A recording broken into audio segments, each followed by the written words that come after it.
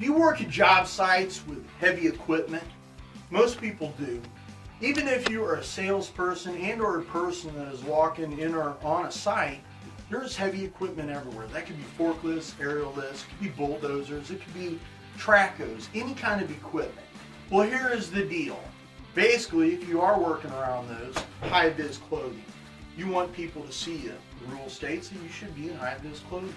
Another thing is, if there is any kind of operation, especially digging or tracos that are working or digging trenches, then hard hats. I always promote hard hats anyway because you always want to be safe. Another thing with heavy equipment is inspection of all of your equipment. If you're an operator, the operators are supposed to, one, check for backup alarms.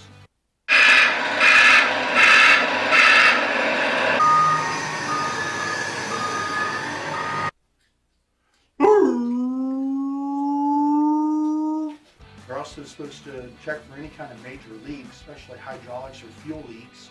Any kind of equipment damage, then they shouldn't be operating it. Another thing is barricading all the areas that you're working in. I like to barricade with orange cones, caution tape. I like to use anything and everything to make sure that pedestrians don't go out into that area. And when I say anything and everything, that's actual people or spotters. I also think that communication, walkie-talkies, is very important because you need to communicate to everybody. Also with heavy equipment, anybody that's operating that equipment should be trained, certified, and authorized. They need to be trained on safe inspection and safe operation. Another thing that we talk about heavy equipment in the safety world is power lines. Where are the power lines at? Are they marked? If you're working outside, then obviously you're looking at heavy duty power lines. If you're working inside a facility, then we're also talking about any kind of electrical circuitry, any kind of power strips, any kind of conduit that's out there that we can damage, and you never want to run into that because you could possibly get injured. Another thing with heavy equipment, again, is just making sure all pedestrians are aware of you when you're operating. A lot of people ask, who has the right of way? The heavy equipment operator or the pedestrian? Well, I say when we're on a job site, it ought to be the heavy equipment. Also, I tell the pedestrian that they ought to be making sure that they are not in any kind of caught in between situations, caught in between where they could actually get hurt or run over. I'm also training people and pedestrians on their job site, holes, walking working surfaces, staying out of those key areas where all of that equipment is being operated.